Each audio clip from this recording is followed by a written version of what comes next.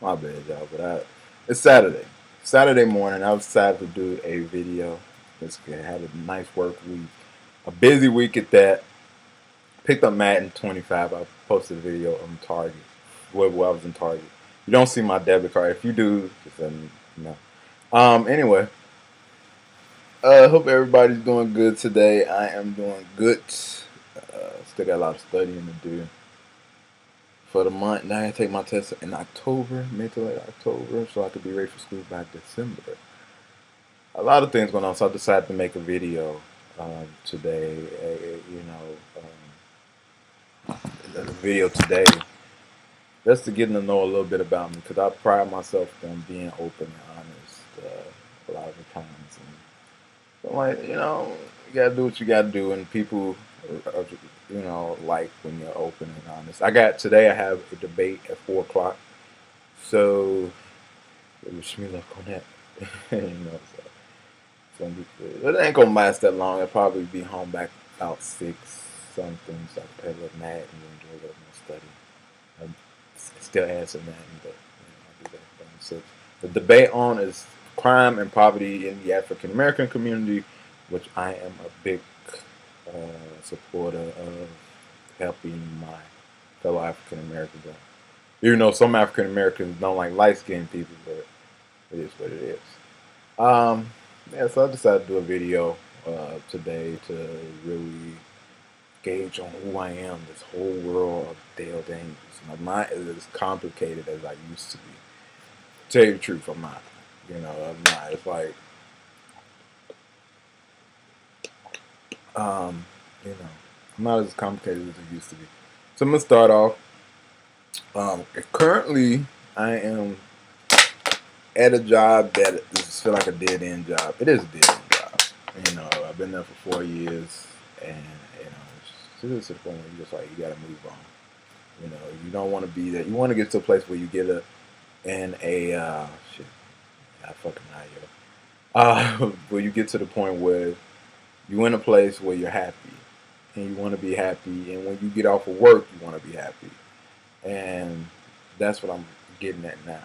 You know what I'm saying? Like, I'm like, this is what I need to do to really prepare my life. And I was like, it's something that I want to do because who wants to work in retail? That's only a temporary job. I'm 26, and I'm gonna be 27 in November. It's hard to believe, bro. I'm almost 30, and I'm still trying to find my way around it. And sometimes, I had a rough life growing up, and I'm not gonna say that hold me back and give me that much more. What you call it? Much more. How could you say that much more of a inspiration to do more in my life and do uh, you know shape who I am as a person. Because a lot of us have gone through things and we got through it earlier, but it took me a little time. And they said people who are born in the wintertime are the ones who get through life a little later, but they get there. And that's what happened to me when I was younger. Being one, just me and my sister, but my father was never there, and mother, she did her thing, and growing up, I was a super heavy kid. Like, I'm just now really seeing the results of me working out a lot. Like, I work out every day. I'm addicted to working out now. I'm addicted. I get out there, and I don't give a fuck if it's 100 degrees. I'm outside running. I'm outside, got my bike, and I'm gone. Like yesterday, I had to really haul ass, a little dog chasing me. And I'm like, yeah, put that motherfucker in that last gear, and you gone. And I love my bike. I probably got to get it repaired because the chain's been making noise. But it's been like a very, I could just say, my life was at one time was super sad. You know what I'm saying? Like, life wasn't always like that. I went through sexual abuse, as a lot of you may know, and I think that was one of the most pivotal parts of my life because a lot of people were like, how can you tell anybody? when your grandmother's working and your grandfather's working and they leave you with your older cousin half time, a lot of time, or you alone with your older cousin, and a lot of times kids get perceived as to being liars a lot of the time because something so serious. And then when I spoke out, it was just like, he would tell me, they'll believe me over you. And since I was like from the age of like maybe 7 to 13, 14 years old, and that's when I started getting like taller and bigger. And at me at the time, it was just like something that became a normal occurrence. And I think that's what probably led to me when I was 16, 8 years when I went into grammar school. Grammar school was cool. Like I said, we had a little fights in grammar school. But I think it was like when I used to be at grammar school, I used to like going to school because being between being sexually abused, you get away from it. But I didn't know when I became a teenager, it would cause me to have all types of depression issues when I got older. You know what I'm saying? Like, father wasn't around. Father didn't want to be bothered with me.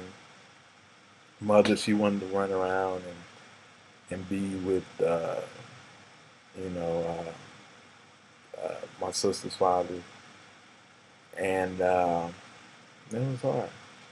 My mother, I love my mom. She came back for me, and me and her just now starting to build a relationship, because, recent of the job losses. But other than that, I haven't really, was never really living with her. I was always, doing something on my own or with my grandmother a lot of the time. So, my grandfather, like my grandfather was everything. That's the man who helped me, who took me in as a child. My mother didn't want to be bothered with me. My father didn't want to be bothered. And grew up through that. At the teenage years was the hardest years of my life. No lie. I went to school, dropped out as a sophomore in high school. And I think high school was tough. I went to one of those ghetto-ass high schools. And I couldn't handle it. It was just like going through. Then I lost my grandfather at the beginning of the year and school year, and my heart was just broken. And I got robbed that same year at gunpoint going to school, and I got blamed for it. Y'all may know that got to high school, so it was like hard. And after that, I was playing like I was in a world of just darkness. A lot of times, if you ever seen one of my songs that I written, I made a song called "The Darkness of You," and it's about what I've been through when I was younger and being sexually abused. And I made another song called "Crying for Freedom," and that's like the same type of song in that round. And so I went to Lakeshore Mental Hospital because I attempted suicide. I was a messed up ass kid. I had my grandfather who was diabetic, and he had these needles, and I would be like just wanting to stick myself with. At one time, I had a couch in my room, and I took all the needles and just put them all into the couch. And for something like, I got to the birds one time where I was just like, you know what? If I just in my life, I want to be somebody's burden. I think that's what a lot of people who commit suicide, which is sad because they don't want to be a burden to anybody else. And if you feel like that, never feel like that, because I thought I was that way until I found that new lease on life, where I'm just like, you will never be able to tell now that I was that way. I used to be such a closed off. I used to hate everybody. I used to generally hate. I used to generally hate my mother. Generally hate my sister because my mother and my sister were two people. Well, my mother wouldn't pay no attention to me, but my sister got all the attention. And I was just the one left out all of the time. I'd be like, my sister got all the clothes and shoes, and I would just be still wearing the same thing from like 2 or 3 years ago. And my mother actually admitted that she did that to me when I was young. Like, she never really paid any attention to me when I was young. It's just like I was just remember hanging around my grandmother. And so I went to the hospital, and I think that was like the pivotal part of my life. When I went to that hospital and met all these people. I met this one guy who took his shirt off when he got up in the morning, and he took his shirt off. And he had, what happened to my shirt? I'm like, I don't even know. You got, I'm like, you got up 2 o'clock in the morning, took it off, and got back in the bed. But it was like being in a prison because you got the elevator, and um, you had to have a key to get in the elevator. I remember my grandmother came up there to visit me, my grandmother, my cousin, my sister, and I wanted to go home with them so bad. You know, I cried and screamed. They had to hold me down because I didn't want to be there. And I think it didn't really help me mentally, but it helped me grow as a person to realize that this is not something I don't want to be a part of. There was a lot of kids in there who were going through their own mental issues. One girl in particular, like I said, she was screaming at the top of her lungs. She came in at 9 o'clock and she was going through mental issues. And I talked to her. She was a beautiful girl, and she was beautiful. And I'm like, man, she's so beautiful, she's so pretty. But to find out that she's been through abuse as well, and I was starting to catch up to her. And now I'm here to where I am now. I took a few years off. I finally got my GED, and I'm trying to get into college. I'm 26, trying to get into college, and it's better yet to start now. I figure it's better to start now than start, because when I get out of college, I'll be 32, halfway, 40. But I, when I'm all said and done with law school, hopefully, I'll be a lawyer, and I'll be able to go out there and help people just like they need to be helped, like I think people should be helped. Uh, it's been a hard life. I miss my grandfather like crazy. Like I think the way that I am now, and between my grandmother and grandfather, I am as open as I am and as loving as I am. Because you could sit down, and it's weird because people always tell me they could just sit down and just talk to me. Because I'm not going to judge you. You may say certain things, and I give my best advice as I can, but I'm not going to criticize you to the point where you feel like somebody's down on you all the time. 'Cause that's what a lot of people feel like. They're down all the time. You can say. But, like I said, it's been a rough life, but I'm making it. It's a struggle. I'm trying to keep from crying, though. You know what I'm saying? Because it's been a struggle. You really try your best to be a good person. That's what you want to be in this world. You don't want to be like everybody else. You want to stand out. For a lot of those kids out there who have been through the same thing, I've been through the suicidal thoughts, and so many kids, especially gay kids, who have been committing suicide because they were bullied and stuff like that. If you're one of those people, not just because you're gay, or if you're one of those people who go through their issues, it's not wrong with asking for help, asking to talk to somebody, because that's all some people really need, though, is a heart and a hand to grab them and say, hey, it's going to be all right.